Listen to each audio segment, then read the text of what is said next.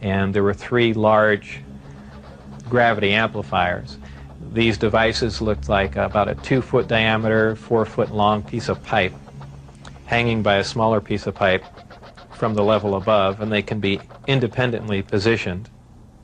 And that's what emits the gravitational waves that propel the craft. The second level was the only other level that I was on. It was the main level that contained the reactor where the seating was, the gravity amplifiers themselves, though we also called the devices that hung down on the lower level the gravity amplifiers, because they were really one and the same. They were probably the wave guides or horns, if you want to relate that to microwaves. It would be extremely inconvenient for a human pilot. Humans really can't even function in there because of the ceiling clearance.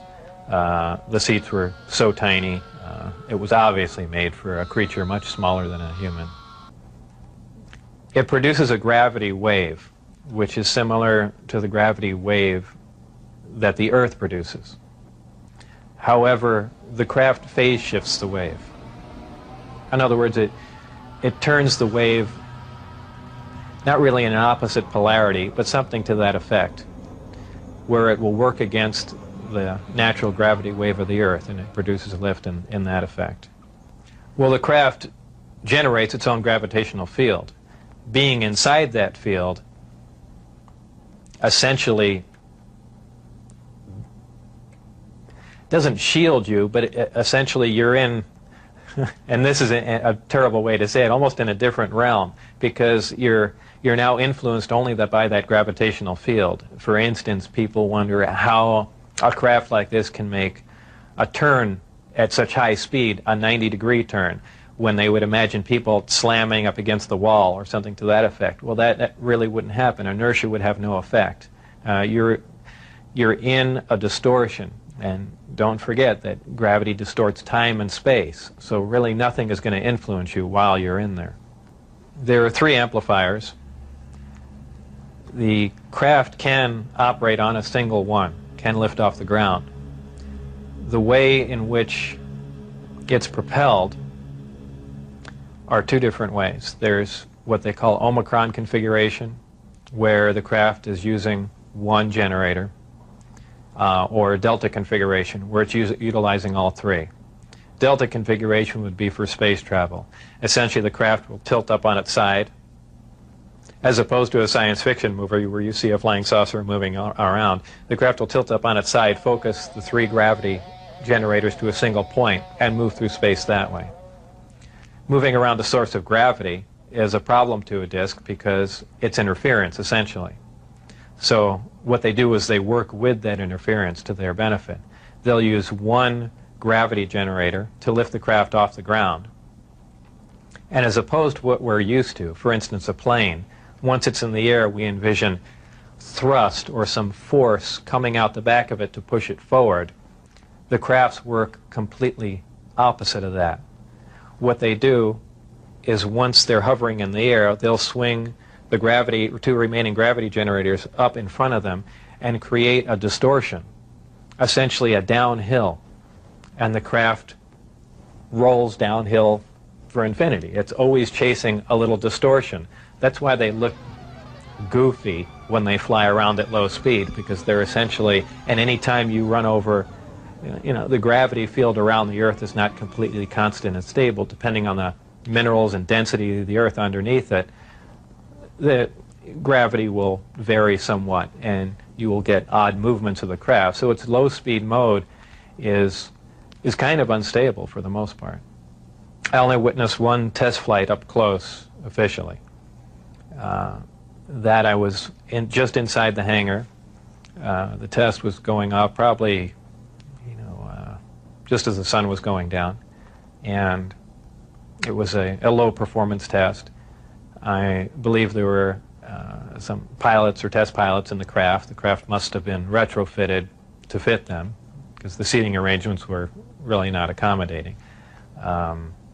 They were in radio communication with the craft. The craft lifted off the ground, virtually noiseless, other than a small corona discharge on the bottom of the craft, indicating the presence of high voltage.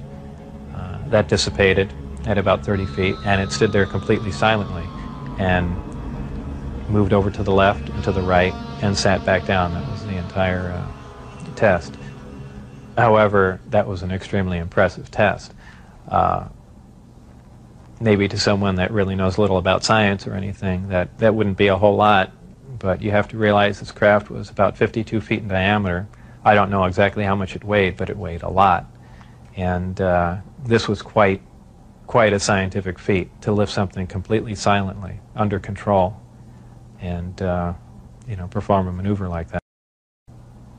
The craft itself was, I assume it was metal. It was cold to the touch, that's why I say it was metal, but it was a brushed aluminum, actually just an unfinished stainless steel, not shiny finish to it. Had no seams. It was as if it was injection molded from one giant die. I was completely amazed. Gravity is something difficult to explain because it's something that we essentially don't understand. It's just something that we can observe. Not much is really known about gravity. There are many theories about it, but they are just mainly theories. There's theories of gravitons, which allege that these are these subatomic particles that act like an attractive force like gravity, that exchange between two pieces of matter. There's also a theory that gravity is a form of wave, an electromagnetic wave. But basically, gravity is a force. It's the attraction. It's the inherent property of matter to have gravity, a mutual attraction for each other, and it's basically all that we really know. Modern science, current science, right now, identifies one gravity. It's one force in nature. Apparently, through research at S4 or information gained from one of the crafts they were researching there, it appears that there are two different forms of gravity. One form works on an atomic scale, on subatomic particles, holding pieces of matter, holding atoms themselves together. Another works on a larger scale, the scale we're most familiar with, holding planets in orbit, holding ourselves to the ground, things of that sort. Because it produces a gravitational field, I wouldn't say the craft is invisible during the day. However, if you're under the craft, because of the way the gravity is being used, gravity bends time and space, and it bends light. If you are looking underneath the craft or from certain vantage points, you will actually see what's above the craft. It's really a trick of the way light bends under the influence of gravity. For instance, we can see stars that are behind the sun, that are blocked from our view by the sun. The reason we can see them is because the sun is a tremendous gravitational field, and it's bending the light around it where we can see the star. Space-time and gravity are all essentially interrelated. They all act on one another. Gravity bends space.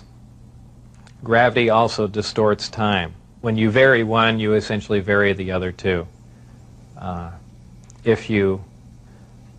As an example, if you have a massive body, say a planet or something that's making a lot of gravity, producing a lot of gravitational waves, if you will, it distorts space. It bends space to it. It also slows down time. These things aren't theories. We know them to be true. We cannot artificially create this because we can't create gravity. But this is how they're all interrelated. How are vast distances of space traveled by amplifying a gravitational field? Well, because space-time and gravity are all interrelated, if you could produce gravity artificially, an extremely intense field of gravity, what you could do is actually distort the distance between two objects and make it shorter. Not just distorting the distance, but now you're also decreasing the time, the actual time between the two places. So you're not traveling in a linear mode like flying a spacecraft from point A to point B. You've actually modified the time and the space that you travel in. So you're now traversing a huge amount of distance with little time, and actually with traveling little distance. As crazy as it seems, that's what's going on.